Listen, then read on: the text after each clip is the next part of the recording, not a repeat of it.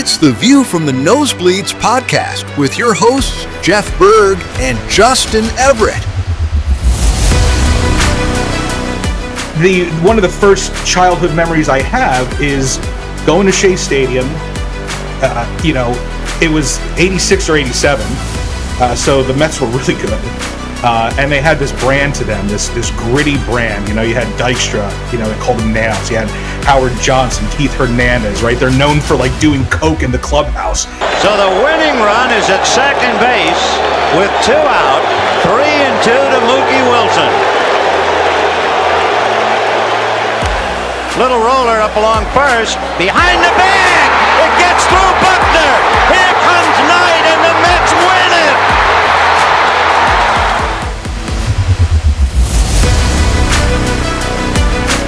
Back involved, obviously, on those runs from 07 to 11. And the Four Horsemen and all the shit that the Phillies put together in that run was tremendous. Getting to watch in person Roy Halladay throw a baseball for my team it was really what kind of built the Phillies up for me. Halladay is 1 strike away. The 0-2. A bouncer. Ruiz. In time! Roy Halladay has thrown a no-hitter! And now, the View from the Nosebleeds.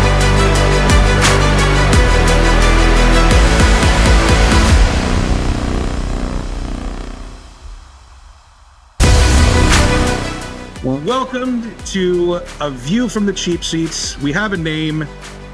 Justin, I'm excited to be here. Before we get started, I just want to let you know that we are up and running on all major podcast platforms except for Apple. Those motherfuckers are pieces of shit, and they take forever. I still like their phones. Yeah, well, you have your phone. You have your phone. You have the Apple phone. I have Samsung. We'll never be able to communicate because Apple refuses to even Apple's though my MacBook driving that wedge between us. My MacBook couldn't get us on tonight. My Chromebook did, but right. I still like the phone. All of my non-Apple products are working perfectly, but you stick with the Mac and the Apple bullshit. Look for our social medias to be up in the next week or so. But look, I'm super excited. I put it in the notes. Great week for the Pookster. Week for Justin. Which is crazy. Not horrible. But look, I can't remember a time as a sports fan with rooting for my teams where I've been excited for both teams at the same time. That's a weird way to say that you've liked terrible teams for most of your life, but yeah, I mean, I had a friend of mine text me the other day, and I actually, you know what? I'm going to read it exactly to you because it made me giggle, laugh, and his name is Andrew. He's a good guy. What did he say to me? It was in my voicemail. Hold on 1 second. It was hilarious. His message was, are the Bengals terrible? Please, just tell me the Bengals are terrible and Washington isn't actually kind of good this year, Justin. I need you to tell me that. The next word out of your very Italian mouth better be the Bengals are terrible and Washington's not good. And I told him, like I told you last week when we talked, like I've been saying for 6 months, Jayden Daniels is a real quarterback, dude. I don't know how you feel. It's got to be weird for you to have one of those, but you have a real quarterback. Well, we're going to get to Jayden Daniels a little bit later. If I was answering that question, like if I was seriously answering that question, I would say probably a little bit of both at this point. Like I don't want to get too up on Washington because it's still very early and they clearly have a lot of issues, a lot of holes on that team that are going to be exposed throughout a very long season. But right now in this moment, the Bengals, they were talking Super Bowl contender at the beginning of the year. They were my pick for the Super Bowl this year, by the way. But now I'm having to walk that back quick. They were preseason. They were. Boosters week just got even better. Yeah. Huge upset.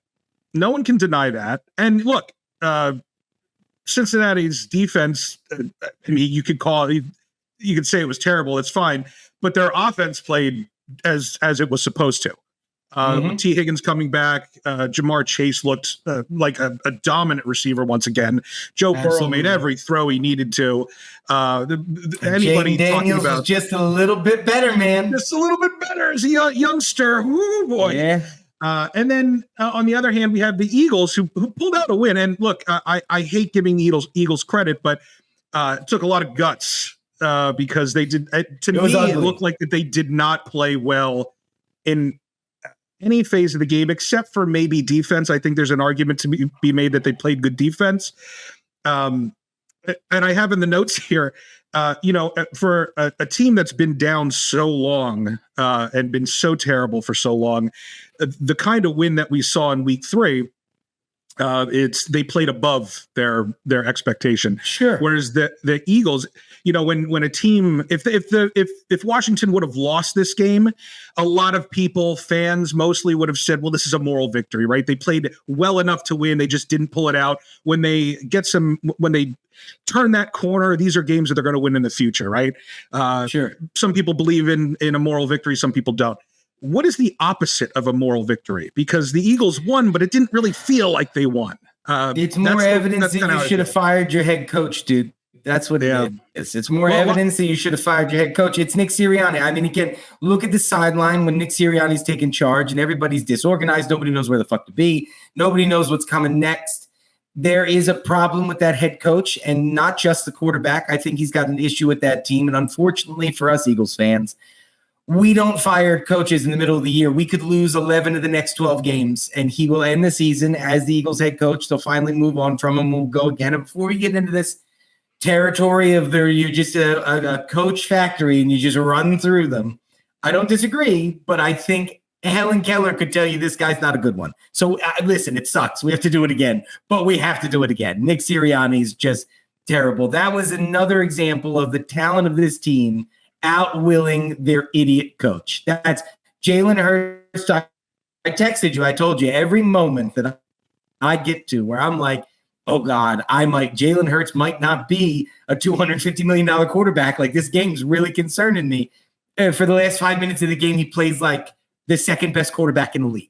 And again, that's what happened. He put the team on his back. They want Dallas Goedert, like the little engine that got him all the way down to the 5. And the defense played well. I think, again, though, I'm going to keep saying this, I think, through at least the first quarter of the season. The defense played in the preseason. Vic Fangio doesn't give those guys days off. They've had rhythm. They know where to be. They're familiar with the scheme and the plays. The offense is still learning the playbook because they didn't play in the preseason. I will be the old man that dies on that front lawn. Yeah, I guess if they were in year 2, 3 of that system, maybe you don't need the preseason reps, but certainly when you're learning a new offense, I would imagine it would help. And this is the third offense of Jalen Hurts' NFL career. That's also part of it. This is the third one he's learning. It's just crazy. Yeah, and second one in 2 years.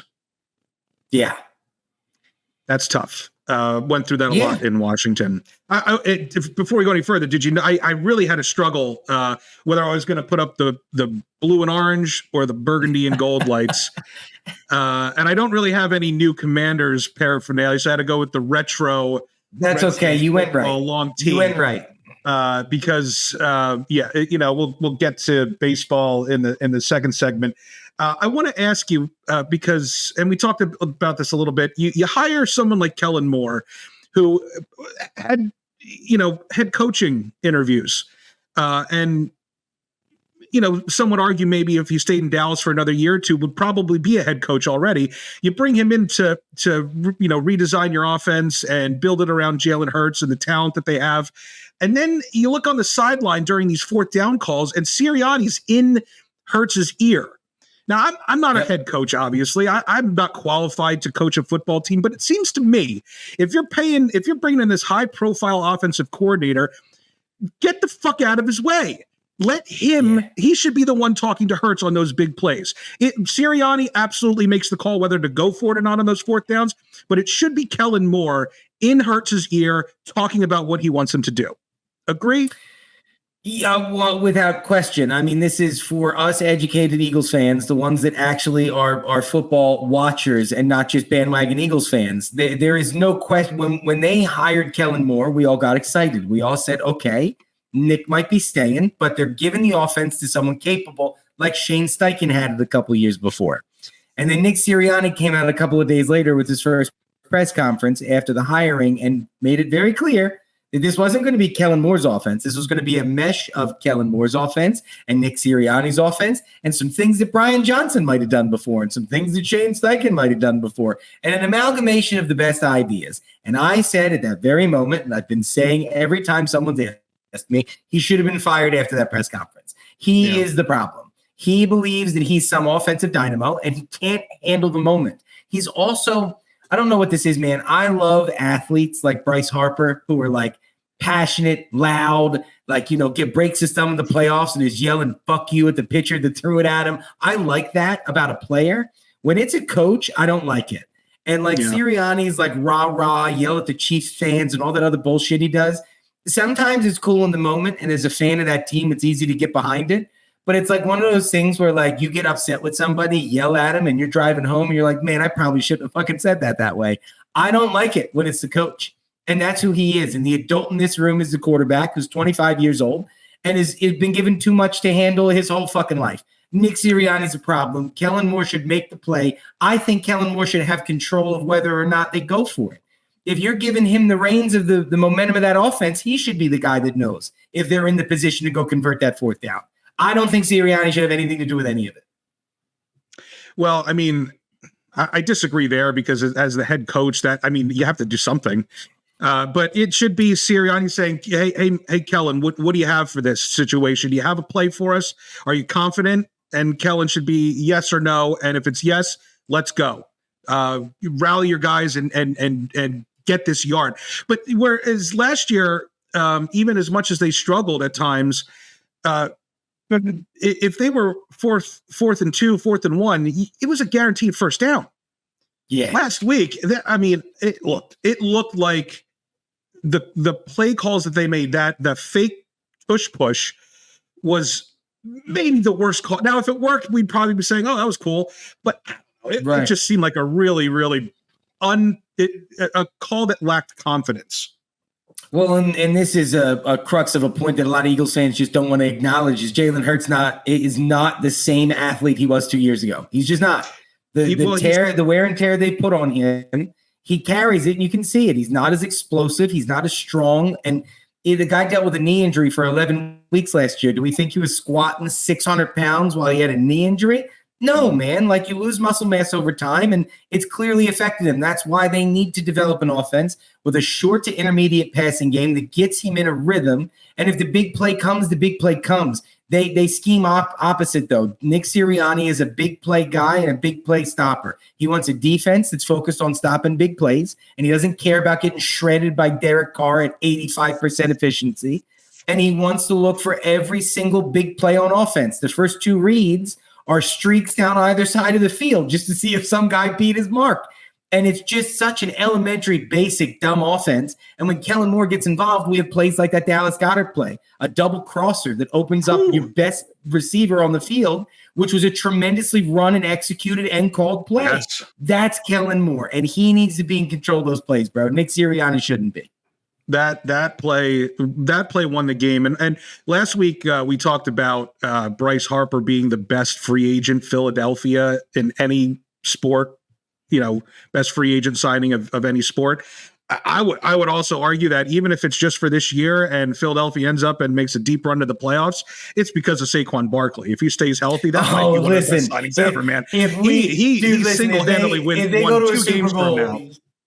Bro, if they go to a Super Bowl, you're 100% right. If they make a Super Bowl run, win, lose, or draw a Super Bowl, it doesn't matter how it ends. If they make a run and Saquon stays healthy and plays the way he has through 3 weeks, he's without question the best free agent ever signed by the Eagles. There's no doubt about that. Yeah. They've never had – Brian Westbrook was a really good running back. LaShawn McCoy was a really good running back. None of those guys were a 3-down back that could pass, block, catch the ball, and run better than anybody really in the league. It's so refreshing as an Eagles fan. I love it so much. He's got to stay healthy, but I mean, wow. Correct. I mean, again, you could be, if without Barkley, I mean, you could conceivably be 0-3 right now. Conceivably, definitely. Like, that's a good, I'll back up your affirmative statement. Yeah. So is this, here's a question, because you have the burgundy gold knocking on the door. Is this sustainable? It's this type of the way that the Eagles are playing is not sustainable. We saw it last year. The discombobulation is not sustainable. And again, the offense is too good. There is a small asterisk here because of injuries. Devontae got his fucking head cleaned off against the Saints. AJ Brown's been a little bit hurt. There's some injury issues, so I can't really say that this is the product that's going to be like I could have week 15 last year, where it was clear that this was the track we were going to end the year with. But no, this is not sustainable. Of course, it's not sustainable. And Howie Roseman's a great GM, but man, he got stiffed on that Jahan Dotson deal. Does he have a catch for you guys yet?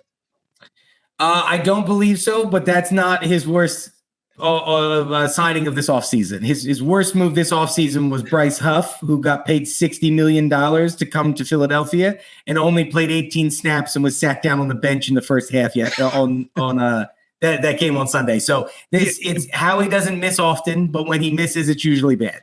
But he didn't give up a 3rd round pick to sign that. Like, it's just money and they can get out of that contract next year. But I think he just balances that against the Sam Reddick trade. And Dotson, well, I mean, he played 62 snaps and I don't even think he had a target.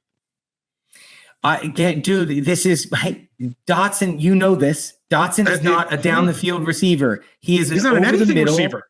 He's settle down, easy killer. He's an over the middle, short yardage. He's a guy that's going to get you 4 or 5 yards, a sure-handed target. He's not going to make plays. He's not a playmaking receiver. He's a possession receiver that should be a check down. But when you have, as Jalen Hurts, 3 reads, which is deep left, deep right, run, you never even use that guy. That's why Dallas Goedert's numbers are so low. They've had one of the best tight ends in football for 5 years, and they just don't throw the fucking ball to the tight end. They don't scheme the offense that way. It's dumb. You mentioned Jalen Hurts' age, 25. The way he not only looks on the field sometimes, but also him in press conferences. And I know he's a really low-key guy, but it just sounds like he's 45. Like he sounds like he's lived a hard life, doesn't he? Yes, in a very short amount of time. I feel bad for the guy. He sounds like the guy at the end of the bar at the VFW to tell the stories all nights, bro. That's what he sounds like. Yeah, he sounds like the guy that Piano Man was written about. It's so fucking true, man. That is the truth. All right, well, let's talk about their defense real quick because the Saints came in hot. I mean, their offense looked like, 91 points in 2 games. Is this more what we saw? Is this more of a really, really good Eagles defense, or were the Saints just coming back to earth? Because no one picked the Saints to be this good. Some of both, obviously. There's usually a little bit of truth in both answers. I think if I had to pick one more, though, it is the Eagles' defense. Vic Fangio this is his track record. He finds a fucking bunch good defensive coach, yeah. Dude, he finds a bunch of tryhards that are kind of like C.J. Gardner-Johnsons and fucking Reed Blankenships and Brandon Grahams, like some old broke-down toys and a bunch of misfits, and he creates a pretty good defense if the effort's there. And that's one thing that this defense will give is effort. I think that 70% the Eagles defense is real this year. 30%, obviously the Saints weren't going to fucking score the way they did the first 2 weeks. I mean, yeah, they had to come back. Nobody thinks the Saints are making the playoffs this year, and they shouldn't think that. So yeah, I think both are true here. Well, speaking of CJ Gardner-Johnson, oh my God. I don't know if you noticed this, but it was like a 4th and 2 and Saints handed it off to Alvin Kamara. Or maybe it was 3rd down. I don't know. Anyway, he got the first down. Gardner-Johnson came up and laid a banger on Kamara, but he got the first down, and Gardner-Johnson got up and celebrated. I wanted to punch him in the face. I'm not even an Eagles fan. Like, dude, what the fuck are you celebrating? Big hit? What'd he do? So listen, man, you got to look at CJ Gardner-Johnson. That's not championship football. Hold on a minute. I don't think I agree with you, and here's why. I think he is like the enforcer on a hockey team. He's not going to be a highlight reel guy. Sometimes he'll get you an interception, right? He'll score a goal every now and again. Like he's not useless, but he's an energy and a momentum guy. Yeah, well, he's an energy and a momentum guy. And if he comes in and lays the fucking hammer on a guy who's been wrecking the league, it's a momentum thing. I hear where you're coming from as a football purist. I feel the same way. But I look at how this team is constructed, this defense especially. And the only reason they brought him back was to be a spark plug. That's his job. He's going to piss me off, and he should. So did Sean Avery. There's some guys that's their job. All right. So on the other side, well, I shouldn't say on the other side, just a couple miles south, in the exact opposite, we saw Washington's offense grow up right in front of our eyes. Their defense, oh my God, sucks. It's really hard to watch. And it's really tough for me because I want to be as excited as possible, right? This is a lot of good things happening. And I believe that Dan Quinn and Joe Witt Jr. are good defensive coaches. And I want to believe that the defense is getting better. And there were some things, even though they gave up 30 million points, they did some things that saw that maybe they're growing in that system. But I have to complain as a Washington fan. I always have to find something to complain about. We have two of the highest paid defensive tackles in the entire league. And they're nowhere to be found. Yeah. It's mind-blowing to me. Meanwhile, that big fat motherfucker Jordan Davis was everywhere against the Saints. Unbelievably. That dude has 2 games a year where he just goes like meth strong. Nobody knows why or how he gets there.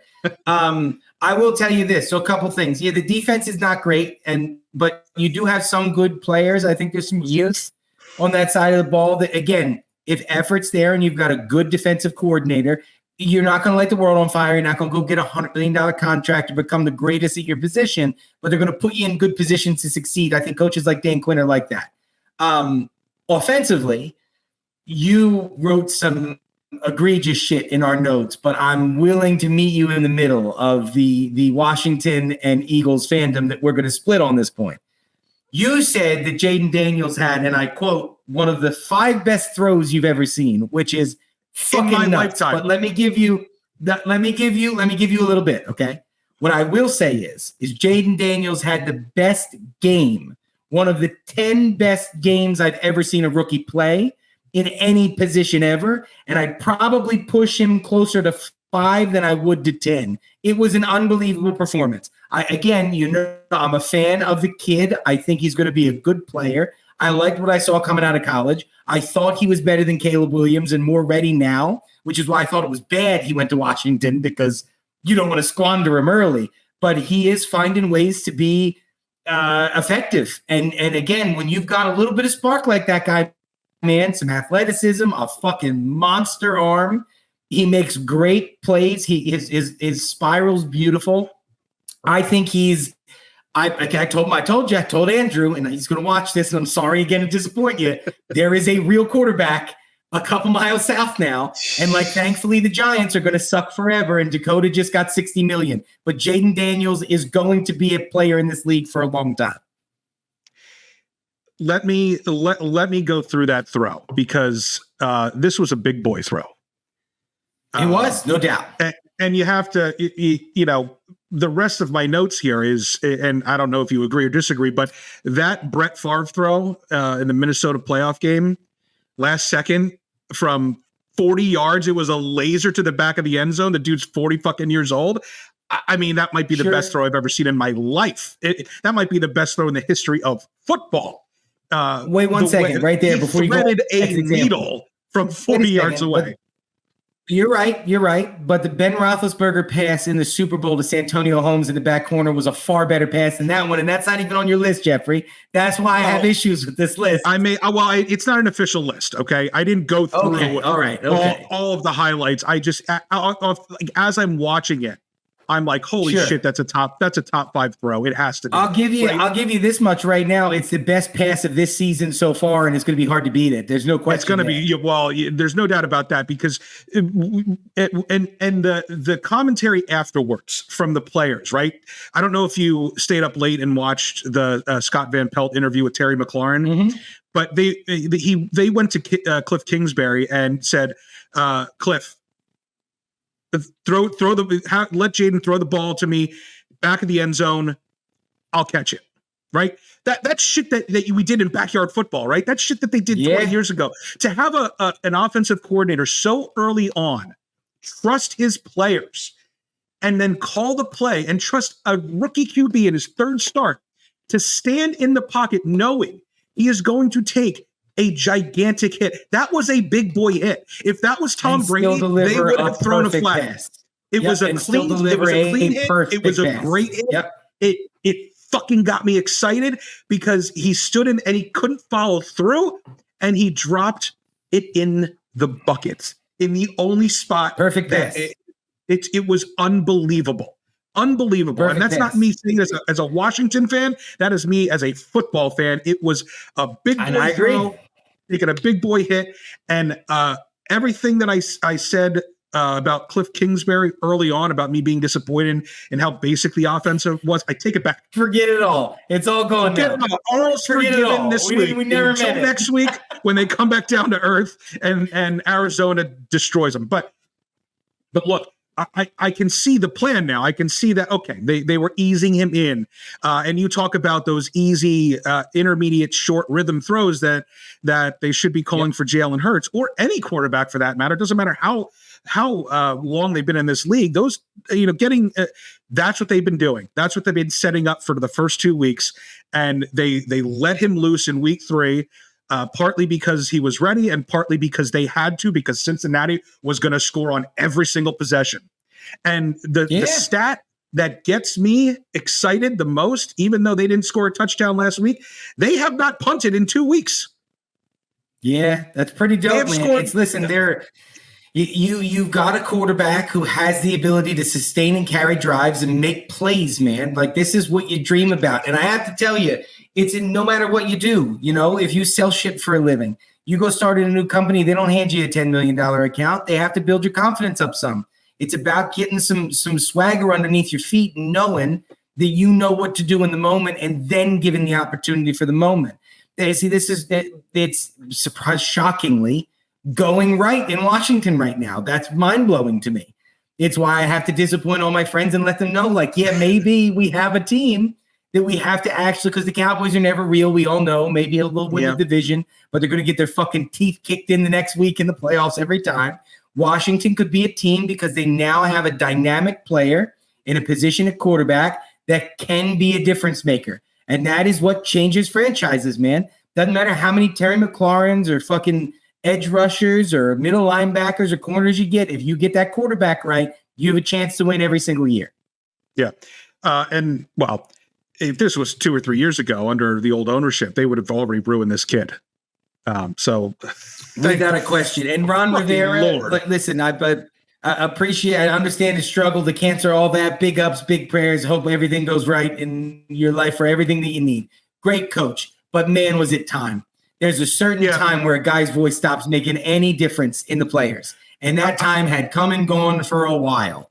Yeah, I don't disagree. But at the same time, I think, and I think this goes for most, every once in a while, you'll find a unicorn coach that can be a general manager and have final say on personnel and coach a football team, but it's rare. And the same thing, Bill Belichick, who I think we could agree is the greatest coach ever, can't also be the GM. That's where it went wrong in New England for him.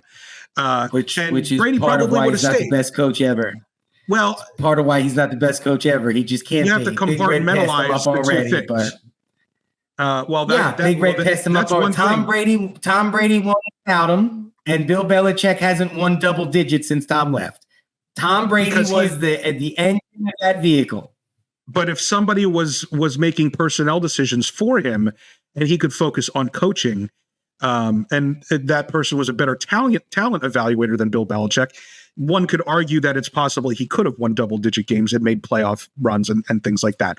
But we'll never know. But Andy did it in 2 franchises, and he's won a handful of Super Bowls. I'm just saying Andy Reid's a better coach than Bill Belichick. We can argue about that anytime. I agree. Yeah. Andy Reid is probably the best coach on the face of the earth ever. What I'm comfortable saying about Andy is he's the greatest coach that I've ever seen. I can't really talk about fucking Bill Walsh, really. I can go back and watch tape. I can know what they did.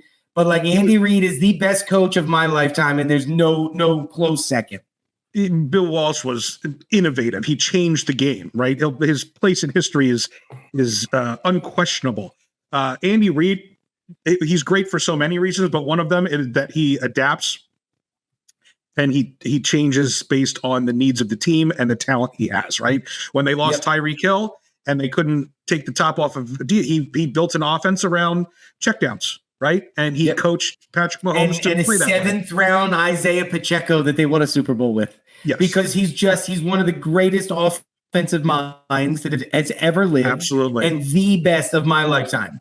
Yes. And, very not, he wasn't at the level, but Mike Shanahan had that ability to pluck a sixth or seventh round running back and plug him into the system. And it would, make him look like a Hall of Fame, made Hall of Famers. Yeah, for sure. Yeah. Andy Reid. I agree with you. Andy Reid is definitely a better coach. Yeah. Big ups to Andy. Can't believe Philadelphia let him go. Fuck Donovan. We love Andy. That'll always be my sentiment. Well, and what's amazing, now we're getting completely off topic, but it's fine. I love talking this. What it has become so obvious about Donovan, and I don't want to take anything away from Donovan McNabb because the guy seems like a good guy. He worked hard. He cared about winning. He cared about his teammates. He played well within the system, but he is a product of Andy Reid's coaching, 100%. Yeah. And I would argue that I don't think that it's a good route to go. He cared about his teammates because I remember watching Terrell Owens in his driveway doing push-ups and Donovan McNabb doing fucking nothing for his teammate. He was not a good teammate. Well, neither was Terrell Owens. Come on, Terrell Owens is mad, but he's not supposed to be. But this is maddening to me. I promise we'll get back on topic after this. But this is maddening to me. A wide receiver who is one of the three best in the league at the time in history. I don't care what era you're looking in. Go all the way back to fucking Concrete Charlie. It doesn't matter. The wide receiver is a fucking nutcase. It's a part of the resume. You can't be an elite receiver without being fucking hashtag CTESPN Antonio Brown. You are a lunatic. Yeah. You're a prima donna. You want everybody to look at you. There's one unicorn. There's two unicorns that separate from this, and they're both within the last 30 years. And it's Julio Jones and Calvin Johnson. They're the only two. Every other one is a fucking nut job. And an elite franchise-level quarterback has to understand that. And Donovan wasn't, which is why he didn't. My digression is over. Yeah, well, I would argue that quarterbacks have studied that relationship. I think it's like for every team. They're like, look, this is, this could have been one of the best wide receiver quarterback combinations for a long period of time. This is what not to do. Sometimes you just got to eat crow. But he did the same thing in Dallas. He did the same thing in San Francisco. Like T.O. is like, you're right. A lot of receivers are head cases. Nutcase. But T.O. is equally as responsible for that breakdown as Donovan McNabb is. But I agree with you. As a franchise quarterback, It is your job to make it work. Yes, thank you. So T.O. was a little responsible. Donovan was mostly. I love that. But as soon as he went to Washington, you could see that Donovan could not hit the broadside of a barn, which is why Andy Reid's screen game, which you couldn't defend back then. Like I watched that screen game with Westbrook, ate up Washington every time they played, and it was maddening to watch. They could not stop it. But the reason that was the majority of the offense is because that's the only pass that Donovan McNabb could really hit, other than running around for 10 minutes and tossing it up to T.O. And he could only hit that screen pass only sometimes. He threw a couple at their feet, yeah. There's a few worm burners in there, there's no doubt. A couple, yeah. All right, so let's take a break and get to baseball because we have another good week for the Pookster in baseball now. Oh, better for me, though. Yeah, we'll be right back. Welcome back to A View from the Cheap Seats. No, A View from the Nosebleeds. We were looking at the name being A View from the Cheap Seats, but somebody already has that name, so we went with Nosebleeds. Yeah. So we only sort of ripped them off. Yeah. Listen, man, inspiration comes from all kinds of places, okay? Look, I went to school for filmmaking, and it's like the first thing they teach you is, look, you're not going to do anything different that hasn't been done already. You're just going to rip it off and try to make it better, make it your own. Correct. So that's what we did. Correct. All right, let's talk baseball. Big 4-game series between the Mets and the Phillies, right? Yeah, it was. Mets took 3 out of 4. It was a great series. It was a good series. It really makes me excited. I hope that they get to play each other in the playoffs. I really do. What do you need? 3 now to get in? 4 to get in? What's your number? We're a game up on Atlanta. We lost last night, unfortunately, got spanked. Fucking Atlanta is our kryptonite, man. They're the Marlins for the Phillies, bro. Yeah. Oh my God. It's just it, but it's been going on for like 35 years, all through the 90s, all through the 2000s. Recently. Yeah, but the Mets have been getting this shit beat out of them by everybody for 35 years, haven't they? Yeah. Off and on. Yeah. Mostly on. Yeah. But it was a good series. I mean, it was nice baseball to see. I have to tell you, it's shitty to be on the side. I'm 1-3. I hate that part. I do appreciate that I did clinch the division, and then just tonight we clinched the first round bye, which is beautiful for us. Yeah. But the Mets are the real deal, and I am also intrigued at the idea of being able to see these two teams play each other in a series in the playoffs. I think it would be pretty electric. It's big of you to admit that. And I wanted to ask you a question. Is it bigger that the Mets won 3 out of 4 against the Phillies, or that you guys clinched the division and a playoff spot?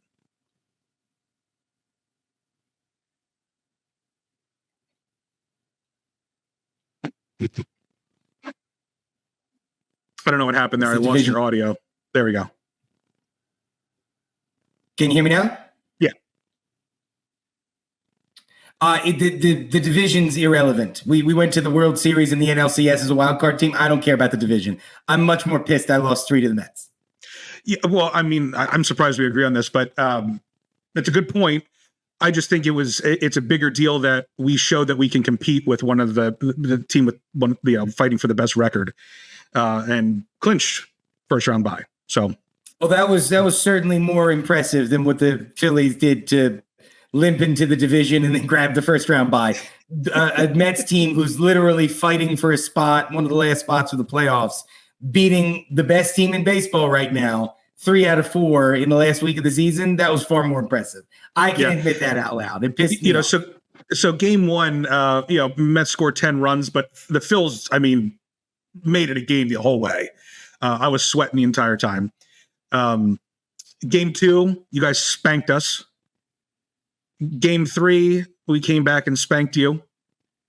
And game 4 was probably one of the best games I've watched all year.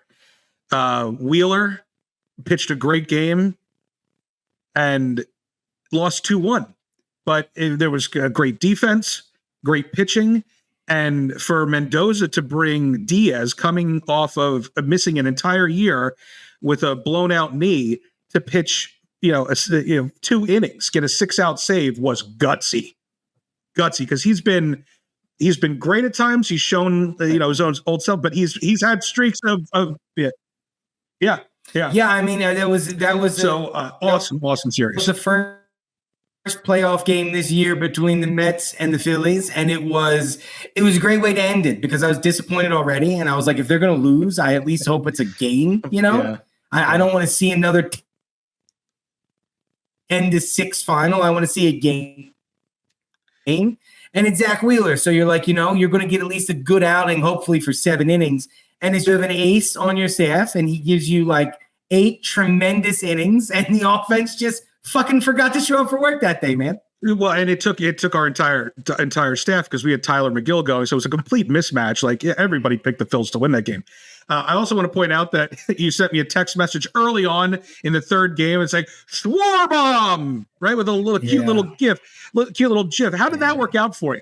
How did that Schwarbomb work out? Didn't we just last week talk about how when he leads off with a home run, they never lase. They always win, and they didn't. I understand. It's okay. I did. I'll take that heat on me. That was my jinx. I apologize. Well, I'm glad you did it. All right, and I didn't respond until after the game was over to make sure that I didn't re-jinx my team. You see how that did works? It right. I did it wrong, Jeff. You had me this time, pal. I keep forgetting that you're a Mets fan. The Mets fans got that juju they put on you. Now, Phillies fans across the nation are pissed at you. for It's Jason. okay. I'll take this one. This one's on me. I'll take that one for the team. That's my fault. So And last week- also, wait a second before we pass this one. It's still Kyle Schwarber is the best leadoff hitter in baseball. By the way, there's no question about this. No, absolutely not. You can't tell me. That's what I'm exactly what I'm going to next. Last week we talked about the greatest leadoff hitter on the planet this year, and fucking Shohei Ohtani, who you said is who's going to win the MVP, who's having the Barry Bonds' 11th best season. Which is in and of itself amazing. And you're telling me that he's not a better leadoff hitter? He's got more home runs. He's got a better on-base percentage. He steals bases. You don't have to use slow down. Wait, I have one question. There's one question that answers this. When Mookie Betts is fully healthy, who leads off? Not Shohei. Shohei is a leadoff hitter by necessity right now. Their lineup is all over the place. They've had monstrous injuries all year. He's not pitching, which is a big reason why he's leading off. That's why he's able to steal 50 bases this year, because he's not throwing. He's not a leadoff hitter. This is an aberration in his career. This is the first time he's been a leadoff hitter. No, I'm not going to take the last 3 years I've seen Kyle Schwarber be the best leadoff hitter in baseball and go, Shohei did it once, so he's better. No, sir, I'm not that guy. Well, he didn't do it once. He's doing it all year. Like Mookie Betts was injured for a long time, and I don't. It's and one Mookie Betts has time. When else has he led off? Has been back for months now, and they haven't moved him back into the leadoff spot. When else has Shohei Ohtani led off in his career? When else? Tell me where. It doesn't when matter. Was it? He didn't. He's not a leadoff hitter. He's not going to be a leadoff hitter next year either. Wasn't a leadoff either. hitter in Chicago. It wasn't until Boston that they. So he had a first time too. Would you move Shohei Ohtani out of the leadoff spot at this point? Ever? No. 100%. Yeah. No. And not doing it is going to be the reason why the Dodgers lose in the first round they play again. He's having the best offensive season of his career, which is the bar was set so high before that. From the leadoff spot, the majority of the season, I would expect to be fired as a manager if I took him out of the leadoff spot. Well, they're not gonna, and that's why they're gonna lose. That's all I'm saying. Well, they're gonna lose because they're the Dodgers, and they're the Braves of the West. Dumb things like put Shohei Ohtani at leadoff in a playoff series when you might have one chance with him at the plate with two guys on to even be able to beat or come at one of these pitchers you're going to run up against. The Dodgers make shitty decisions, and one of those decisions is having Shohei Ohtani. Same thing about Schwarber. There's a lot of people that would argue that you would move him back in the lineup with people on base. They've tried. He sucks. They've tried. We've tried this with Kyle Schwarber in Philadelphia. He sucks. I don't know what it is about him. I don't know if it's the fact that he loves Wawa hoagies. I don't know what the fuck is wrong with him. He can only perform from the 1 hole. That's where he's effective. They put him at the 3. They put him at the 5. They put him at the 7. He's not good unless he's hitting leadoff. I don't get it. I'm not saying I have the answers. I'm just telling you it's the truth. All the numbers bear out. Did you watch the whole game on ESPN Sunday? I did. Did you catch his interview when he was in the cage in between? I pieces of it. I was in the other room. Yeah. So it's just amazing to me. Like he's very thoughtful. He went through like his process and what he looks for while he's down there working on his craft as a DH. So it amazes me that he has had only success from the leadoff. Like when you have that much attention to detail, when you're that knowledgeable of a hitter, you think it would work everywhere. Yeah, it just does. I don't know why it doesn't. It's infuriating because when a guy hits 40 home runs, I want him to hit 4, but he can't. Yeah. I don't get it. It infuriates me. Well, I personally prefer players that are flexible. It's okay. Okay.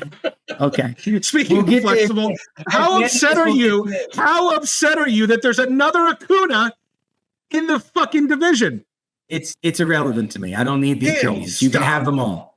Oh, you can have them all. Stop. I don't need the Acunas. And listen, let's settle down, okay? Ellie De La Cruz was the greatest fucking thing since sliced bread like 18 months ago, and we've all come back down to earth a little bit on him. O'Neal Cruz, another one of them. He's going to get MVP votes, Justin. He's had a great year. Did you just you're not trying to tell me that the Mets, like little cousins, brothers, sisters, uncles, nephew, Acuna is going to get MVP votes one day, right? One day? Maybe. Come on, this is great. You are blinded by your orange and blue. Did you watch the 4 games he played?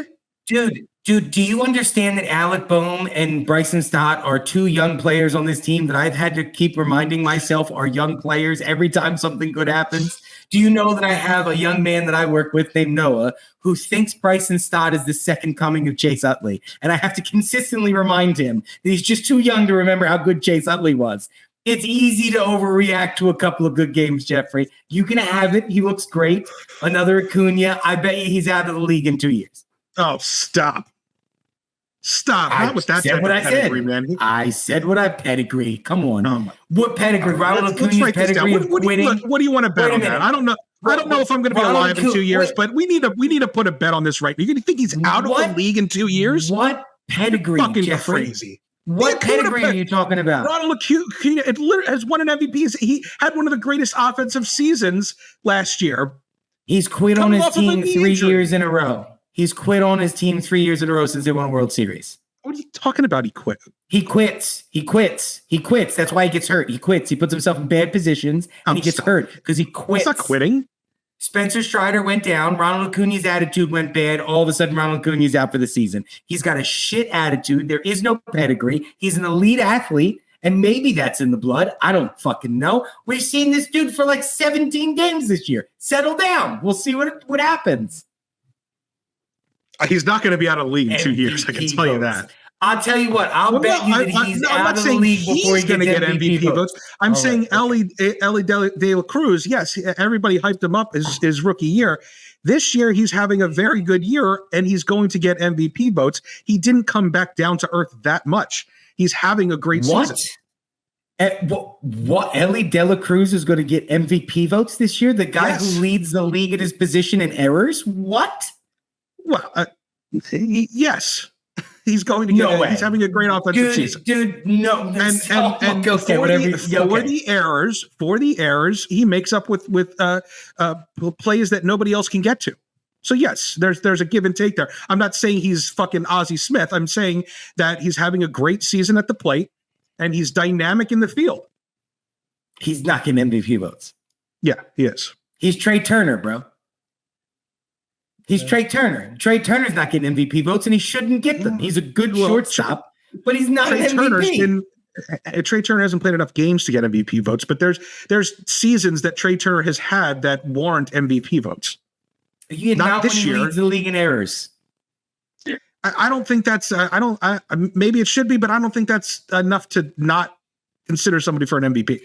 Then we should never have a conversation of whether DHs deserve to be MVPs. Because if you can lead the league at your position in errers, then all we care about is offensive statistics. Justin, that's why there's advanced statistics. I don't know what his defensive advanced statistics are off the top of my head. And all that other shit. But I promise you that he is a net positive in the field despite the errors that he made. So is Trey Turner, but he infuriates everyone and will never get MVP votes. That's all I'm saying.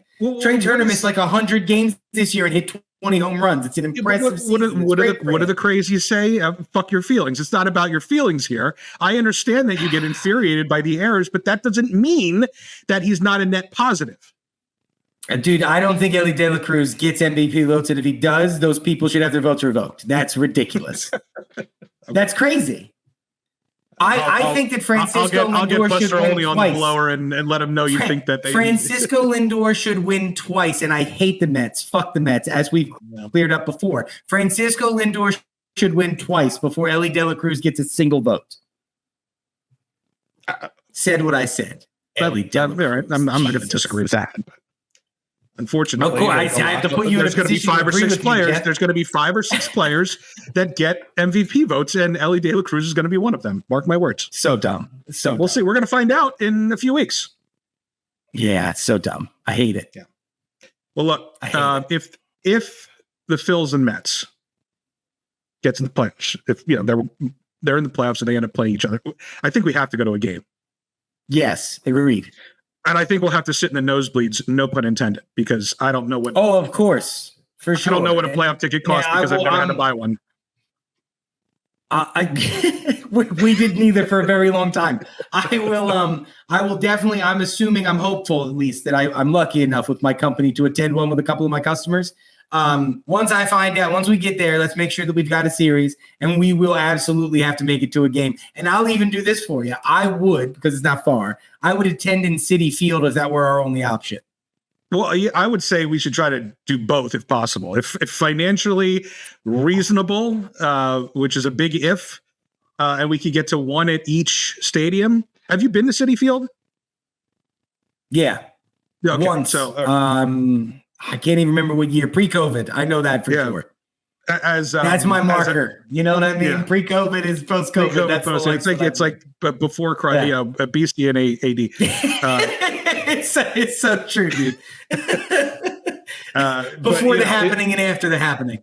Yeah, right. As a baseball fan, there's just certain stadiums that you have to go and check out, and the Citi Field is now one of them. Citizens Bank is a great park. Fenway. If you haven't gone to Fenway, go. It's tremendous. I took the tour. I saw the dirt from Fenway. We when you take the tour before a game, they put you on the monster during batting practice. So like balls are flying over your head and stuff. It's fucking cool. Yeah, dude. Really cool. Dope Wrigley. But yeah, of course we've got to go. Illinois. For a while, Wrigley Field was just everything that they say about just being in awe when you walk. It's like it's baseball mecca. Sure. And a Wrigley. So very cool. All right. So let's take a quick break. We're going to come back. We'll run through some football scores. You want to talk about Juan Soto sweepstakes? I mean, it's right around the corner. And actually, you have a basketball thing on here too. And I'm anxious to get your thoughts on this Mel Kiper thing. I don't know if you saw it or not. So let's take a quick break. We're going to come right back and we're going to run through these last couple things. Welcome back. Let's what do you say we run through the scores from last week, and I'll give a comment on the games that are worth commenting on. That makes sense. Sure, fire away, buddy. You start. The Jets Patriots. We were like, oh man, we're getting excited about the Patriots be playing above there. Oh, they were terrible. Yeah, and Aaron Rodgers looks like Aaron Rodgers, and that just makes my balls itch. So I don't know if it's going to be. I don't know if he's going to be able to keep it up though. He looked good.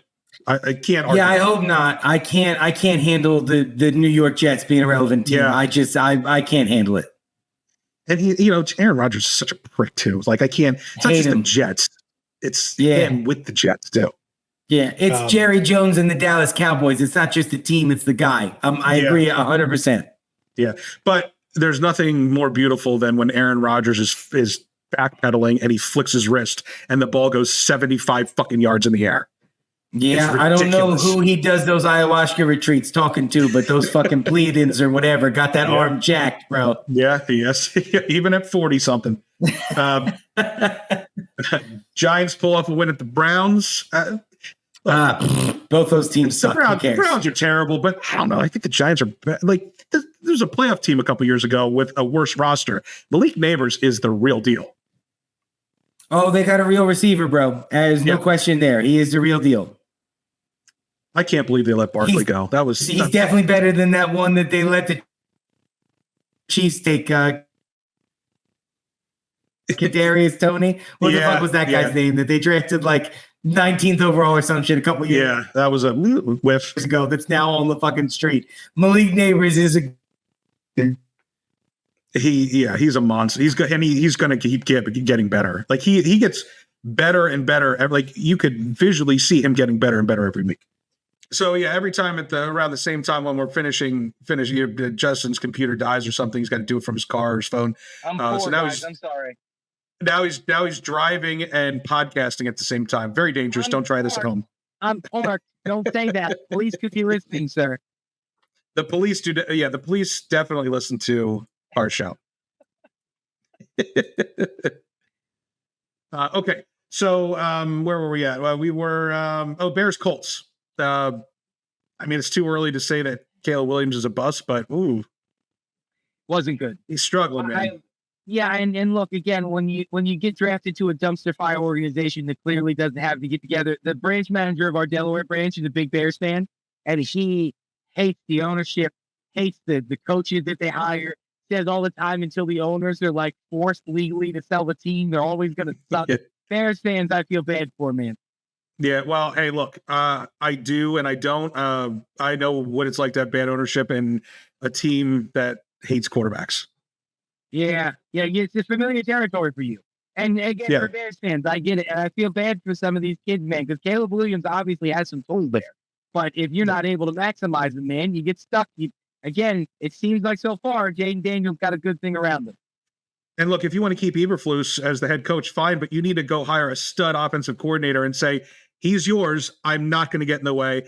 That's what Dan Quinn did. Dan Quinn does not go anywhere near the offense. And that's his choice. And it's the right choice. And I think this is going to start a trend, man. Like you look at teams like Houston, where you have D'Amico Ryans, the defensive first head coach, who gives his offense over to a real OC. You have the same thing happening with Dan Quinn and Cliff Kingsbury. I think you're going to see more and more of this as it comes. Detroit with Dan Campbell. Like when you get a defensive-minded head coach that is willing to give the reins of that offense over, good shit can happen, man. It's doing well for those teams. Put the ego aside. You know, you're the head coach. You're getting paid the big butts. Let the talent do what it's supposed to for you. That's good leaders delegate. Texas Vikings, man. The Vikings dismantled the Texans. Sam Bradford. Sam Darnold. Darnold, yeah. Sorry, not Bradford. Sam.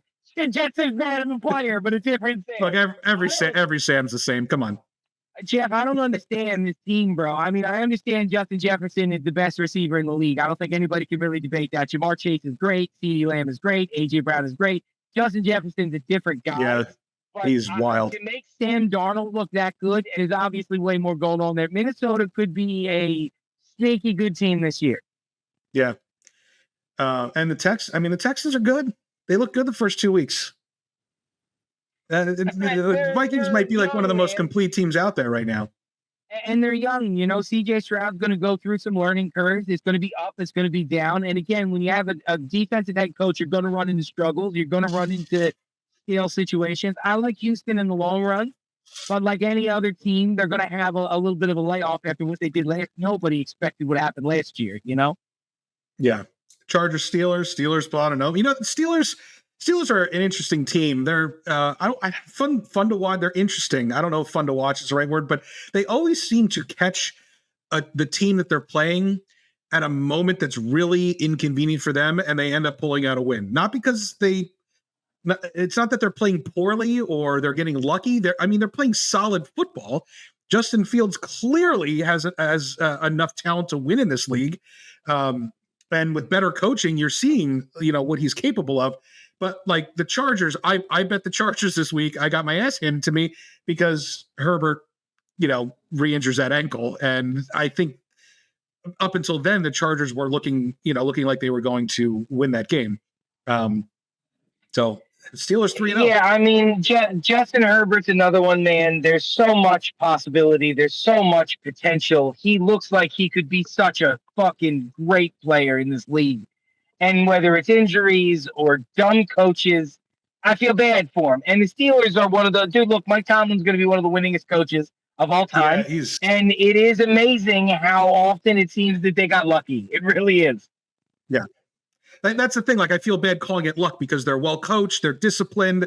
They do this every year, no matter who's playing quarterback. They always find a way to win and sneak into the playoffs. But 3-0. They're leading that division. They're, the Bengals are fell off the face of the earth. The Ravens have a lot of ground to make up. Like they could win this division with Justin Fields. I will stress. Don't forget, just a few years ago, the Pittsburgh Steelers, I believe, started the season 10 or 11-0. And lost every game the rest of the year, including their playoff games. So I just say this is in their history. Broncos, Buccaneers. Buccaneers came back down to earth. Broncos look like the Saints, with Peyton coaching them years ago. Flash in the pan, maybe. I don't know. We'll see. But I like their quarterback. You like Bo? I thought this year Jayden Daniels and Caleb Williams were clearly the two front runners with talent. And of the entire rest of the crowd, I was not a J.J. McCarthy guy. I thought Drake May was stupid at number 3. I'm a Bo Nix guy, bro. I think he's going to be a real quarterback. We'll see. He's got the coach. Yeah, I think he is. I don't think he's not a Tom Brady, Peyton Manning, Patrick Mahomes, but he's a Kirk Cousins. And Kirk Cousins can win you football games, man. He's won in this league for a long time. Packers Titans. Speaking of quarterbacks getting it wrong, Titans shipped out the wrong QB. Malik Willis looks like a starter. Yeah, well, again, there's something sample, but there's something that Green Bay does with those quarterbacks, man. There's just something that they do. Jordan Love, Malik Willis. There's something that they do with those quarterbacks, man. And Will Levis looks like a fucking stiff, man. Like, if it's possible to have too many muscles to play in this league, Will Levis is that dude. His muscles are too big to play quarterback. That's an astute observation, Jeffrey. Thank you. That's why they pay us the big bucks here, right? Too muscular to play. No, sir, you can't throw the football. The fucking Panther, the Red Rifle makes an appearance, Justin, and smacks the Raiders. The Raiders were playing above their talent level. Antonio Pierce looked like the coach of the century with what he was handed, and then the Panthers come in, who look like the exact opposite: poorly coached, no talent. They don't seem to care. They play terrible every week. Play below their talent level, even though their talent level is low. And then they come in and Andy Dalton fires them up and gets the win. You think they can sustain that? I've watched Andy Dalton win in this league before. I remember those Cincinnati Bengals teams that won 12, 13 games with Marvin Lewis as the head coach. Andy Dalton can win. I mean, but it's Carolina. So, of course it's not sustainable. Like, it's not going to win. Yeah, this was a 1 week thing. And maybe 2 or 3, but they're certainly not going to win the next 2 or 3. Andy might look good. They're going to realize that he's fucking stone-footed, and as long as you can beat one of their guards, they're going to collapse like every other time. We'll finish up. We'll look at the games for coming up this week real quick, but I think they have a tough matchup coming up this week. Poor Dolphins, man. I know you're not too a fan, but they're fun to watch when they're healthy. And boy, they depend on Tua making those on-time throws, and without him, they look terrible. I don't think they'll win another game unless they get another quarterback in there that can. And here's the thing, man. You don't need a good one. Like, I'm sorry, guys. I get a lot of shit for this take, but it's the truth. Tua's not that good. Like, Tua doesn't do anything that Kirk Cousins doesn't do. Tua's not an elite quarterback. He knows how to throw the ball accurately, and he doesn't make bad decisions. It's really it's all it is. I mean, of course, there's other guys out there. That is a good quarterback, though. Like, he's not. You're right. He's not elite, but that's a good quarterback. Yeah, and the Seahawks look like a legit team with the change of coaching there. I can't. It's Geno Smith, Jeffrey. I'll believe it when I see it. I just can't until then. Been doing it for 2 years now. Well, what have they won? Well, I mean, they're a team that was the coaching was stale, and they managed to win a few games, and now they look fresh voice. They're doing better than I thought. I'll give them that. They're punching above their weight, and that's okay. Yeah, well, they have DK Metcalf. That is true. Yeah. Lions get back on track with the win. I think they're a good team. Cardinals lost. I mean, Cardinals got they're a couple years away. But Cardinals are going to be bad. Recommitted. Yeah. Cardinals are going to be bad as long as Kyler Murray's your quarterback. I'm sorry, you can't win with a JV quarterback. You can't do it. No, I don't know. I think he's recommitted. We'll see. Ravens, Cowboys. The score was close, but the Ravens dominated this game. What a great week! I love a week when the Dallas Cowboys fail again. Here's the thing. Go ahead. I don't understand what happens in that town, Jeff. I don't get it. I look at the players that they've acquired. I look at the defensive line that is unbelievable. I look at Micah Parsons. I look at their corners. I look at their offense. I look at $60 million a year for Dakota Prescott. I can't understand. What's happening? Why are they so bad? It doesn't make sense. It confounds reason. They are the definition of toxic masculinity. Like, they all are finger pointing at each other, all blaming each other. And he said toxic masculinity. It's true. Maybe one of the best, obviously we talked about Andy Reid, but one of the best, still very young. He feels like he's been coaching for 10 years, but one of the best young coaches out there. Sean McVay, with 0 receivers, comes from behind and wins against the 49ers, who are also banged up, but a pretty big lead. Rams, they get healthy. Watch out for them. I think the Rams are better this year than the Niners are. especially if they're healthy. Yeah, Chiefs, Falcons. The Chiefs, man, for 3 years now have, 2 years and 3 weeks this year, have looked like just a team that are going to win no matter how poorly they play or how bad they look. I mean, they've set the bar so high, Patrick Mahomes has, that when he plays what we view him as average and they still win, it doesn't look pretty, but they fucking win. I agree. I think there's a handful of players, right? Like, you're a little bit older than me, but we've been around a long time. There's a handful of players that come along where that guy gives you a chance to win no matter what is happening around them. And Patrick Mahomes is that guy right now. He is the quarterback that no matter what dreck you put out with him, no matter how bad Travis Kelce plays, no matter who the fuck their running back is, it doesn't matter. That guy gives you a chance to win every week.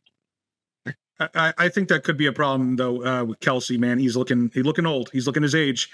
They have a lot of weapons. He just needs to retire and start raising his kids with Taylor Swift. I don't know what we're waiting for. This is just it's ridiculous at this point. I mean, listen, you tell me you don't want a Kelce Swifty baby, like. Oh, dude, Jeffrey. You know my life. I'm in a house with 5 women. I don't know if I told you this, but my wife and my oldest 3 went to the Taylor Swift Eras tour in Philly when they were here. Oh God! Yeah, she got in that lottery shit like in the beginning, and I paid like super cheap on these tickets. We fought for weeks about selling them and going to the next one because it was just so much money to say no to. Yeah. But I've been fighting with her and every woman in her family because I felt like this was just Taylor taking her time with a fuckboy after the last guy. But maybe this is a new couple, man. I don't know. I just know that Travis Kelce, I don't want to watch him go out like Brett Favre did. I want to watch him go out like on a high horse, not in the mud.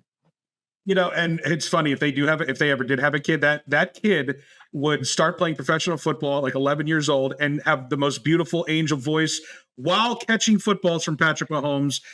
It'd be the best player on the field and the best voice on the planet all at the same time, doing it at the same time. That's what would happen. I'm here for it. I love the children of superheroes. I would love it. And Bills Jaguars. If any team's going to beat KC this year, thus far it looks like the Bills. Man, they look. I want Josh Allen to win, Jeff. I want Josh Allen to win so bad. Of all of the quarterbacks that are the good quarterbacks of this league, I need to see Josh Allen go on a real run because I have to tell you, as a fan of football, I fucking love the way that guy plays. Love the way he plays. I agree. And looks like you were right about Trevor Lawrence, man. He couldn't be less interested in football. And he's not good, man. Like, listen, he's not good. That's too strong. I said when he was drafted that the closest comparison I could think of that guy's career is Matt Leinart.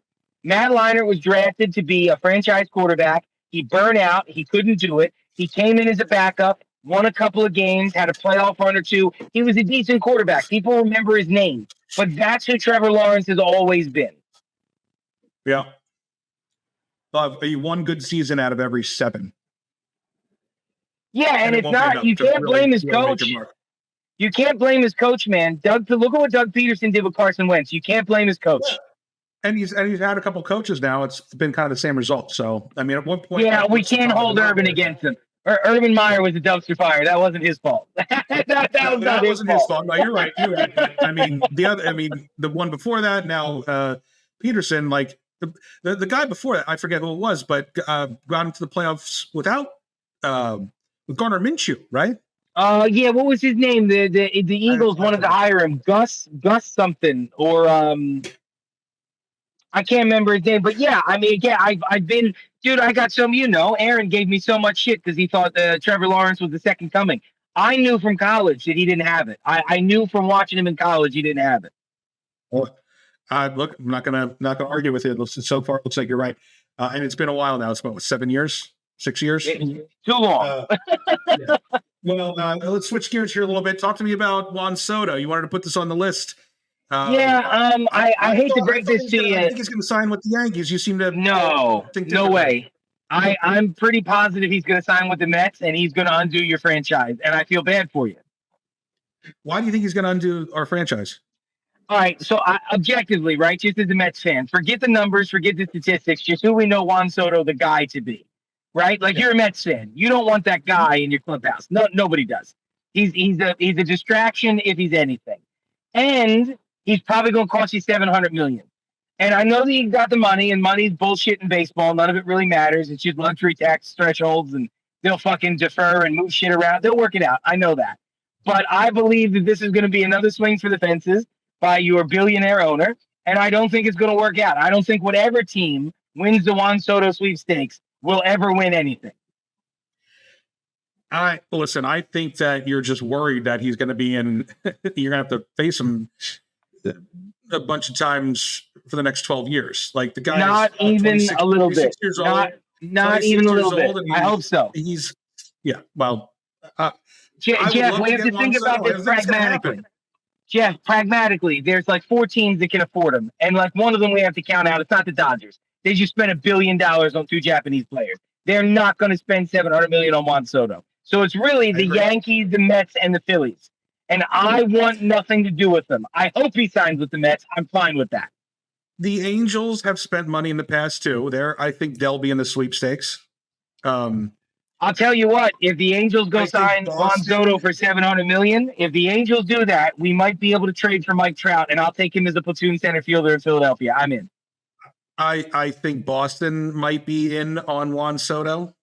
Maybe even. Do you think Texas? He does that though, Jeff? Do you think he goes from New York, from the Yankees to the Red Sox? The Yankees to the Mets is one thing. The Yankees to the Red Sox is wholly different. Well, he's only spent 1 year in New York. I don't think he has any like emotional ties to New York. I think he is a business first player.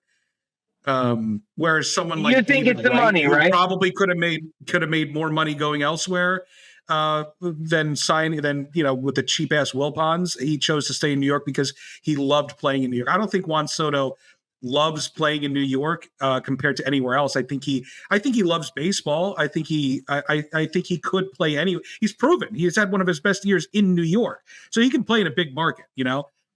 So I think he'll go where the money is. Whoever's going to offer him the most, I think that's where he's going to end up. I agree. I don't think that this will have anything to do with where he wants to be because I don't think he gives a shit. I think he'd play on the moon if it would get him $1 billion. I don't think he cares. Yeah, but I also think that he's gonna live up to that contract. That's where we disagree, sir. All right. Well, we're going to find out. But yeah, and I hope it's the Mets. I hope it's the Mets. I hope so too. I'm pulling for you, buddy. I hope they keep Pete, and I hope they put him in right field because Marte is out the door. He's done. Someone's going to offer Pete Alonso something stupid to come be a DH. Well, at this point, he's not a DH. He's a really solid first baseman. But that's my argument for offering Pete the 10-year contract because you can move him to DH when he can't play the field anymore. It's a no-brainer. Homegrown player, he's going to break the home run record in New York. That's something that New York needs. Maybe the Yankees wouldn't need it, but the Mets need it. But it's the Mets, and they don't do smart things like that. But it's a different ownership group than the Wilpons. It's. I hope you're right, bro. I hope you're right. I want a Mets rivalry. I'm tired of the Braves. I want the Mets to be good. Me too. We agree on that. And fuck the Nationals. I hate them. And I'm okay with the Marlins sneaking up every once in a while and getting in there because we know that the next year they're going to sell off the team anyway. So correct. They're a farm system for the rest of the league. Exactly. They're the Oakland A's of the Southeast. Correct. One rule change that we forgot to hit on last week, I wanted to mention real quick, is the base running rules that have brought back the running game, which I love. I agree. I think that it's the only reason you have Shohei joining the 50-50 club. Without that rule of 2 throwovers, there's no doubt in my mind that we have bigger bases. We would have less stolen bases. It's the numbers prove it. I think it's another one of the. It's an adept change that wasn't massive. It wasn't a major change. It sped the game up and it made it more entertaining all at the same time. Yeah, and it's not like completely. It's not like they're stealing 100% of bases, right? It's like it's around 75%, which is fair. And I still get to watch the best catcher in baseball gun guys down at second. I love it. That's JT Real Muto, by the way. Yeah, no, he's not the best catcher in baseball, but he is. But that's all right. Different discussion, different day. Talk to me about this Embiid extension. Are you excited about this? Or are you like, Yeah, I mean, a lot of people got upset about this for some reason I can't fucking understand. When you have one of the 5 best players in the league, you pay him whatever extension he asks for whenever. I don't think it goes deeper than that, quite frankly. They're also set up in a way now with the new CBA deal that the NBA is going to get when they get their new TV deal in the next 2 years is going to be an increase to the salary cap, a lot like what the NFL just saw. I think the NFL's is around 36 million just dropped into their laps. I think the NBA salary caps, I think it's set at 189 is the first threshold this year. That's probably going to be 235 in 3 years. So I don't think it matters, to be honest with you. And yeah, of course, you say he's the fucking best center in basketball. Yes, you give him the extension. It's a dumb thing to get upset about. I don't think you're upset about it, but it's like, what's the plan to win? Because it clearly Paul George, why are we doing this? They signed Paul George. That was the plan to win. The plan to win is bringing in a veteran wing that can hit open shots, knows how to handle the basketball, will take some pressure off Maxey to allow him to develop completely. And you're filling out Caleb Martins and wing players and fours around them. That's it. That's the plan. And they win when Joel Embiid gets hurt for 30 games. We're not going to know until we see what Paul George looks like on this team. I will tell you that they're way better put together now, because if you go back a couple years when Andre Drummond was the backup center, when Embiid went down, they weren't an automatic loss on the schedule. Andre Drummond is a real NBA caliber center. He's not Joel Embiid, but he can rebound better than almost anybody. He plays decent defense, and he's energetic. Yes, you can still win. Listen, when I play NBA 2K23, I think, when he was on the Bulls, Andre Drummond, and he would come in and sub for whoever the fuck my center was then. Should have been Vucevic if you were playing the Bulls. Yes, Vucevic, yeah. My team was unbeatable. So I'm with you. Drummond is the well, and he's a guy who in 11 minutes can get 18 rebounds, and I've never seen a guy other than Dennis Rodman be able to do that. Yeah, I don't know why they would let him go. Obviously salary cap issues. Yeah, in Chicago's not in position to win, and he wanted to win. He thought that Chicago could build around Zach LaVine. Yeah, that's true.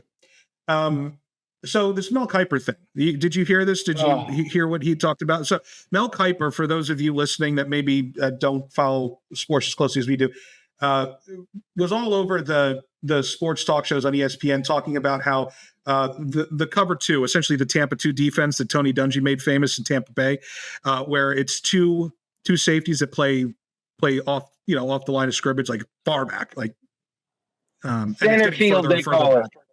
Yeah, but essentially it's to create a shell around the field so that the quarterback they don't get beat deep, right? They have to dump off everything underneath. He is claiming that has ruined football. This is a defense that has been playing for decades now, right? We're talking late 90s that this was introduced. And he said, the solution should be that the rules should change, that they can't play past a certain yardage, right? They have to stay within that. They want to force them to be closer to the ball. Yeah. And I listen with an open mind. I'm like, okay, well, all right, yeah. I mean, offense sells, right? Yeah, that's why all the rule changes in football over the past 15 years have favored the offense. But when, at some point, do you just want to take the defense off the field? Yeah, I mean, this is the opposite side of the good rule changes that baseball and football have seen. This is a change for the sake of change. It makes no sense. If this were what we went to, say, 10 years ago, because you're right, it's been 30 almost that this has been the standard defense. If you go back 10 years ago, there's no Tyreek Hill, bro. There's none of these outside receivers that know how to work inside out routes to actually break the top of a defense. It's less exciting. It's just whichever quarterback can throw 80 yards and the guy that can run straight the fastest. That's how you win games now. It's so dumb. It just makes no sense. And there's a clear way to beat it. Run the fucking ball. Make them bring a safety into the box to defend the run. And then you break open that. Correct. I think it's change for the sake of change. And this is what happens when you have leagues like the MLB who made some changes and they're gaining some popularity. And now you got these other guys, these pundits for the NFL who are like, oh shit, These guys are getting more popular. They're making these changes that are bringing more popularity to the sport. Now we have to look at ours, and it's just stupid. It makes no sense. Yeah, and then the other thing about running the ball is it shortens the game, right? We all know that attention spans are shrinking, so the game times need to shrink. And then also, like, okay, so the first two weeks, bet the unders, right? Like most of the games are under. But I think that's more of a product that less starters are playing in the preseason, right? The first 2 games of the regular season are the preseason now, right? That's just the way it's going to be. For 80% of NFL offenses, that is absolutely exactly. Correct. Right. And the ones that are playing their starters aren't going to be any good anyway. They're playing them for a reason. Yeah. Week 3, we watched the Bills put up 42 points. Week 3, we watched the Bengals and the Commanders score combined 80 points, or almost 80 points. Like 40-year-old Aaron Rodgers put up 24 points. Like the Packers with a backup quarterback put up 30. There's no lack of offense here, right? Like they're all playing. They all know the shell defense, the Tampa 2, the 2 deep safety defense. Every team knows it. Every team has it in the defensive playbook. So I don't think it hinders the game at all. And then I think there's a reason why we haven't seen Mel Kiper this week. Yeah, I mean, it was just a dumb take. He was fucking wrong. Yeah, and it was a dumb take. And I'm sorry for us football fans. I like the existence of it because it means that I can watch Saquon Barkley be effective in an offense now. You need to have a running back that can affect the game because it shifts how the defense plays. That is a there's no competitive advantage or disadvantage there. It's whichever guy's going to be better, whichever scheme is going to outdo the other. And then your quarterback stuff to make the fucking throw, man. Jayden Daniels wasn't impressive because they beat the Tampa 2. He made every fucking throw possible. That's what was impressive. He made the check down until they had to come up and play him and leave McLaurin one-on-one, which then it gets exciting. Oh, dude, it's listen, man. Again, I keep trying to warn people. There's something good happening down there, Jeffrey. You got to buy some new swag. You got to get some Commander swag because there's some good stuff happening down there, man. I spent my entire paycheck on it. It's coming. I have too many kids for that shit now. Are you forget about Philly, forget about Washington, forget about your favorite teams. If you have to watch something this weekend that's not your favorite sports teams, what are you watching? Anything specific that you're excited about? No, I mean, I'm preparing myself for the epic debate between the couch guy and the social studies teacher on Tuesday next week. I'll probably do some research into that. No, man, I'm at this stage in my life. My kids are starting to get involved in sports a lot now, and they really like the Philly teams because it's all they talk about in school. And my oldest in middle school now, of course, has some of the rat Cowboys fans and some of these rat Philadelphians raised. So it's probably going to mostly be my team. I mean, I'm always one. I love Red Zone. I love going around and watching what's happening. Football is a sport I think that you need to watch complete. I think if you're only watching your team, you're missing so much stuff. So I will be watching every game on Sunday. Obviously, the Phillies are going to be a big deal for me. Not that any of it matters anymore, but I'm going to watch every second that I can. And I'm going to prepare for that first game on October 5th, which I hope is against the Mets, personally. I don't think it'll be in the first round, but... Well, we don't play till the 5th, so we have a bye. I know when I play next. Hopefully. Although we're ahead of the Diamondbacks, I believe, still for the second. So if we get the second wild card spot, I don't think we would meet the Phillies until the championship round. So a lot at stake here, and we're not playing for the next 2 days. We're all by the time this comes out, it'll be 1 day. But the fucking hurricane, they didn't move the game. So the rest of the Atlanta series is going to be a doubleheader on Monday. It's fucking ridiculous. So stupid. And they smash it at the end of the year. When you have shit like these type of playoff ramifications, it's just ridiculous. Yeah, I tell you what, the one game I am excited about on the NFL schedule, other than my team, is Bills Ravens. I want to see the Bills and Ravens go at it. I think it's going to be a great game. I think that's probably your best game of the week. I'm interested to see what the Eagles do against Tampa Bay because, again, the Saints was a stinker. I think they won, great, but it wasn't good. I'm really interested to see if they can finally fucking get it together, and Tampa Bay's another good team. But I think the game of the week is obviously Baltimore and Buffalo. I mean, they're really – again, Patrick Mahomes and the Chiefs are always going to be great, but they don't look too good this year. The Bengals look like hot garbage. The Texans are obviously struggling in year 2 of this young system and this young quarterback. I think that right now is your 2 best teams in the AFC. I think it's going to be a great game. Who do you like for Thursday? Cowboys, Giants, Dallas minus 6.5, 45 and 45.5. I'm going to say something crazy. I don't know how I would bet on the Cowboys to win a football game right now. I don't know how. Yeah. I don't know how I do that with confidence. I mean, I will say this: it's the Giants. They should win this game. They should cover this game by double. I do believe going into week 4, we're going to start seeing scores creep up. So I think you're going to start smashing overs in these next couple weeks. And the Giants can put points on the board, man. You know, they can score 20.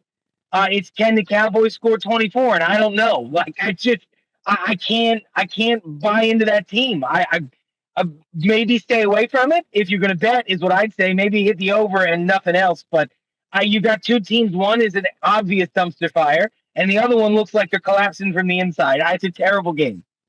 Yeah, I typical Thursday night game. I wouldn't bet on this other than I like to do the individual stats parlays. So I'll probably do something there. But I think the Cowboys win this, but easily. But I wouldn't be surprised if the Giants snuck up and beat them. The Cowboys are. I think internally there's going to be a lot of issues. Do you have anything on the schedule for Sunday that you feel is a lock? I hate doing this, but I did it last week and I was right. So I think I'm just going to double down. I was wrong about how, but I was right about what. You know what I mean? Like I got the answer right. Just I got there the wrong way. I think the Eagles beat the Buccaneers handily this week. I think that this has got to be for me, and this will probably be the last week I stick on this game. This has to be for me the coming out party, and that offense has to perform. And if they don't, I'm going to have real serious problems. So my game to watch, I believe that this is Jalen Hurts, 290 passing yards, 3 passing touchdowns, a tush push. I think this is like a 31-17 trouncing because I hate Baker Mayfield. So that is what I'm going to pay most attention to. But I also want to say this about Buffalo and Baltimore. I think Buffalo is better than Baltimore this year. So if I'm putting my eggs in a basket, I'm probably putting them in Buffalo's basket. There's a couple spreads here that I really like. Rams, Bears. Bears are at home. They're laying 3. I like the Rams. Oh, Rams cover that. I agree with that. I would bet that. I take the Rams, the points there. The Steelers, Colts. Pittsburgh's laying 1.5. Like Steelers, Anthony Richardson looks lost. I'll say the other thing: the Jets are laying 7.5 against the Broncos. I like the Broncos. I like the Broncos outright in that game. Could be, but definitely cover. I also think that there's got to be a point with Robert Saleh that he starts costing them games because he's an idiot too. Yeah, and clearly him and Rodgers are not on the same page. Is this not crazy, bro? There's so many teams where the head coach and the quarterback just can't get along with each other. Yeah. Here's another one that I would go big on because the Bengals are not as bad as their record, and they're playing the Panthers. The Panthers are going to come back down to earth. There's game film on Dalton now, at his current state of his career. Cincinnati favored by 3.5. I think they blow that out of the water. Oh, I think Cincinnati could beat them fucking 35-7. Yeah. Yeah, I agree. Here's another game I really like, just for watching. Monday night, Seahawks Lions. I think that's gonna be a good game.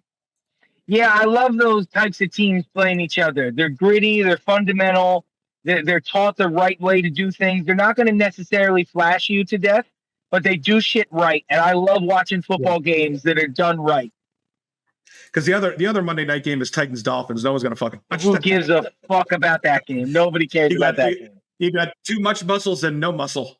See, this is where they fuck up when they make this schedule where they're not allowed to flex until like week 12 or some shit. They would have flexed this game immediately. They wouldn't even have played this on Sunday. They would have this wouldn't even be televised. The first Saturday game. The first Saturday game in week 4 for the first time in NFL history. They would put that opposite, like Boise State, Nebraska. Oh, more people will watch Boise State. Absolutely. At least they have the blue field. That's always interesting. All right. So I got a classic baseball name for you. You might be a little too young for this guy, but if you know him, you're going to shit your fucking pants. Ready? I'm ready. Mickey Morandini. Oh my God! How you ask a Phillies guy if he knows Mickey Morandini? Right? Of course, I know Mickey Morandini. Great name. He is the most unspectacular baseball player maybe ever, but solid starting second baseman. Most of his career spent with the Phillies, and I'm looking at his stats, and this is an era long. Like players like this don't exist anymore. This dude never hit more than 8 home runs. Yeah, well, you can't be that guy anymore. Unheard of today. No, yeah, you can't be that guy anymore. If you don't hit 15, you're off the team. You're gone. You're out of the league. If you don't hit 15, you're in AA. That's how it goes now. Right. Mine I came up with too of a good name and a good player was also a Philly. One of my favorite names in Phillies history is a Dutch Dalton. Darren Dalton is one of my icons of my life. And Dutch Dalton is such a fucking brutal sounding name, bro. And he was a hard-nosed motherfucker, dude. I love Dutch. D squared, he went a little crazy after baseball. A little bit. Not as crazy as Pete Rose, but close. But they there's for a long time they stopped making catchers like that, like Gary Carter and Pudge and Dalton. Yeah. Now they're starting to come back. Like the kid that in the Mets lineup right now, Francisco Alvarez is just that hard nosed man. He gets hit with every fucking ball. He's laughing about it. Like they're starting to come back. Those hard nosed tough catchers. But Dalton was. Yeah, I mean Yachty was the last guy, bro. Yachty or Molina was the last guy. He was the last of that old guard. And like I don't know about you as a baseball purist, but I miss that kind of guy. I miss when catchers were that guy. Listen, catcher is the most important position on the field. They are the only position that's involved in every single play for 9 innings. It's, but yeah, Mickey Morandini, great, Darren Dalton, also great baseball name. So, you have anything left you want to say? Yeah, go Birds, bro, and fuck the Mets. All right. That's our time. We'll come back next week and we'll give it another shot. Have a good weekend, Justin. We'll talk soon. All right, brother.